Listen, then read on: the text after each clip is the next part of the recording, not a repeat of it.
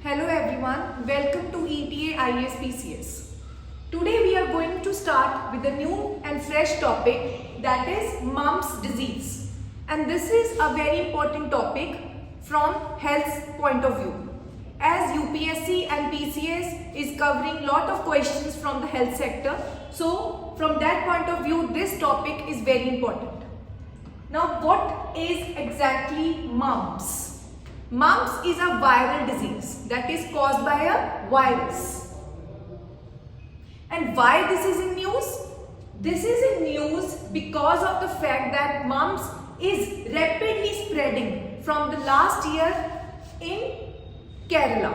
So this is an important topic which we have to study from UPSC as well as from the state exam point of view. Now first of all we will be studying about the term mumps virus. Mumps virus is a type of virus which belongs to family that is paramyxovirus. Now we have to be clear of the fact that viruses, they are belonging to different families. All the virus have a different family. So the mumps belongs to the family which is paramyxovirus. So we can say that mumps is a contagious viral infection or the viral disease that is caused by mumps virus which belongs to paramyxovirus family. Now next, the transmission. As it is a viral disease, so it is easily transmitted from person to person. Now the mode of the transmission is through the respiratory droplets. It is easily transmitted through the respiration. Okay? Then we can say that it is also easily transferable by the direct contact. Like one person is infected, so the disease is easily transferable to the uninfected individual. Now coming on to the symptoms. What are the symptoms of mumps disease? Symptoms means the clinical features, the clinical signs and symptoms which are seen in a patient or a infected individual. Now what are all the symptoms? First of all, very important is it is present in the salivary glands, and the most infected salivary gland is parotid gland. The salivary glands, there are three types of salivary glands. One is parotid gland, which is the largest one. Then you have submandibular salivary gland. Then there is sublingual salivary gland. So in the salivary glands, this disease is affecting the parotid gland the most, and there is swelling plus inflammation of the gland. Then the other symptoms including are fever, headache, then you have muscle pain, then fatigue. Fatigue means that the person is always in drowsiness condition or sleepy condition. Then there is decreased appetite. Loss of appetite means that the person is unwilling to eat the food properly. Now coming on to the nature of the disease. Nature of the disease means that how the disease reacts.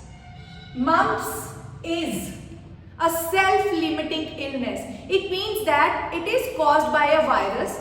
It is affecting a person, and hence the person is also curing itself on its own. So it is a mild plus it is self-limiting illness, that the complications are also there, and some of the complications which are related to mumps are such as, first of all, the complications are inflammation. Inflammation means wherever you find the word itis, in science the word itis, it means inflammation. Now here it is orchitis. Itis means inflammation.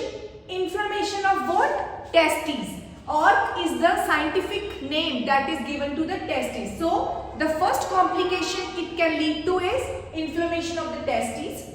Then inflammation of the ovaries in females. Then it can also lead to inflammation of the pancreas. ठीक है, it is pancreatitis. Itis means inflammation of the pancreas. Then there is inflammation of brain, encephalitis. Enceph is used for brain. Then in some of the cases there may be one complication that is seen in males and females, that is infertility or hearing loss. This is also one of the complications related to mumps disease. Now coming on to prevention. As we all know, prevention is better than cure. So there are some of the preventive measures which can be taken before the disease to prevent the mumps disease, such as the most important and effective preventive measure is vaccination. That is immunization or vaccination. It is the most important preventive measure, and the vaccine which is related to mumps disease is known as MMR vaccine. That is MMR. The full form is measles, mumps, rubella. Here it covers the three diseases, that is measles, mumps plus rubella. All these three diseases are covered, are given an immunization in one vaccine, which is MMR. And it is available at all the government plus private healthcare centers. Now talking about the government immunization program, this is also important. This MMR vaccine, which we have already studied, this is an important point, that this MMR vaccine is not the part of government's universal immunization program. There is one important term which you have to keep in mind, that is UIP. UIP means Universal Immunization Program, and this is the program which is run under the government setup. And this MMR disease, this MMR vaccine which is used for the immunization is not covered in this government's UIP program. And here important point is, this program only covers measles rubella vaccine. This MMR from this mumps disease, mumps virus is eradicated, and only measles rubella vaccine is covered under UIP program. Now another important thing which we are going to study here is immunization under UIP.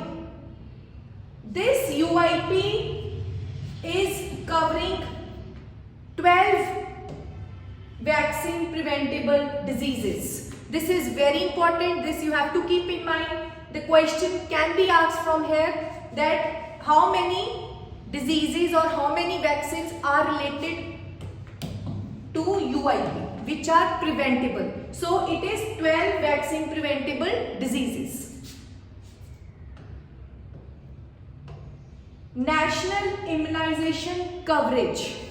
Our national immunization coverage, the 9 diseases are covered nationally under UIP. These diseases are diphtheria, then you have whooping cough, which is also known as pertussis, then tetanus is there, then polio, measles, rubella, hepatitis B, meningitis and pneumonia. All these 9 diseases are covered under National Immunization Program.